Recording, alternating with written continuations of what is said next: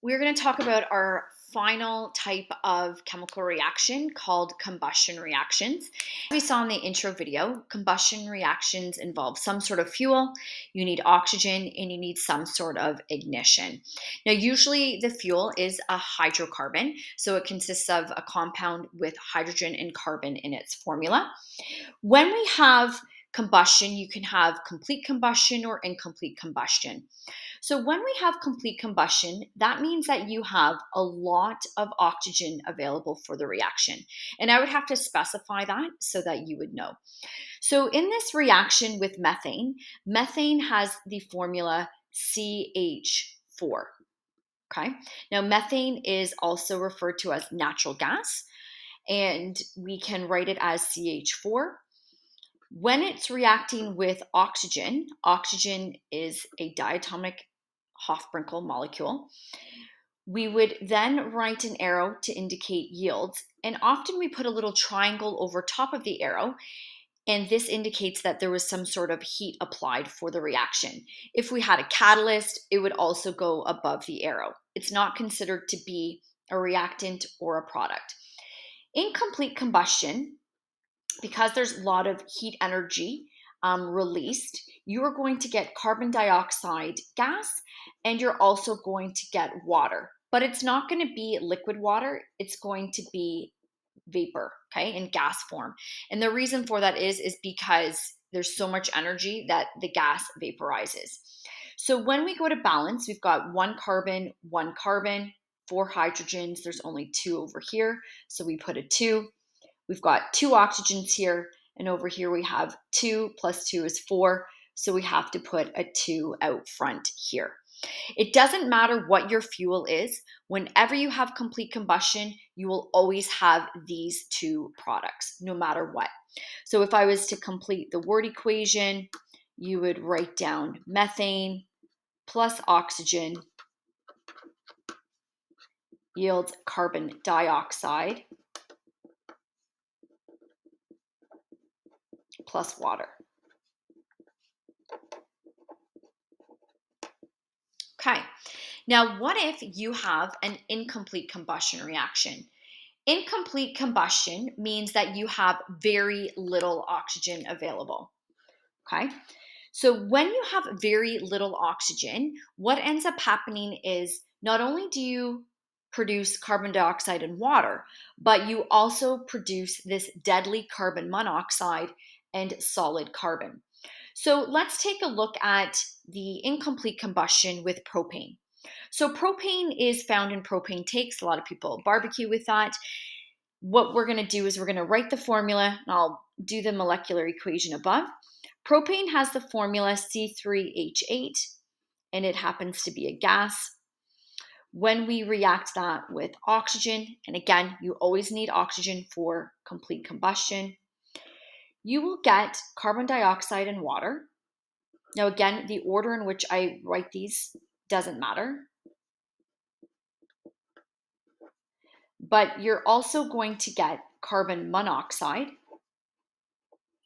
and you're going to get solid carbon. So carbon on the periodic table is a solid, and sometimes we just call that soot, okay? So when we have this occur, you get this deadly gas, and this is why we don't barbecue inside our homes.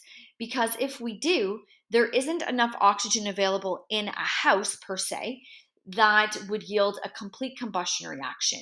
And here, if you produce carbon monoxide, it is an odorless, tasteless, colorless gas. You don't even know it's there. And what will happen is you'll start to feel lightheaded, then you might pass out, and then you could die if there's too much of that. Same reason why we don't have a car burning in a garage with the garage door closed. The fuel for a car is octane, so that's a type of hydrocarbon fuel. And if there's little oxygen available, you will produce this deadly gas. So that's not advisable.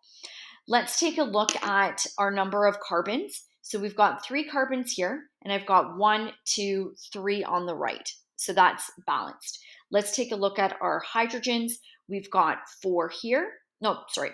Let's take a look at our hydrogens. We've got 8 here, and we've got 2 here. So I'm going to put a 4 in front. Now that's going to change my number of oxygens in total. So I've got 4, 5, 6, 7. So I have 7 oxygens. That's an odd number. So remember my little trick. What we do is we take a look and we say, okay, if I need 7, what number would I use to multiply 2 by to give me 7? If I put a 3, that wouldn't work because that would give me 6. If I put a 4, it would give me 8. So what I'm going to do is I'm going to temporarily put a 3.5 because I know 3.5 times 2 would give me 7. We know that we can never have coefficients that are decimal places. In order to make this a whole number, what you do is you would multiply that by 2. But whatever you do to one coefficient, you must do to all the other coefficients. That's the hack whenever you are trying to balance these odd number atoms. So when I go to rewrite this, you would have 2 propane plus 7 oxygen, yielding 2 carbon dioxides plus 8 waters plus 2 carbon monoxide plus 2 carbons. And those are solid.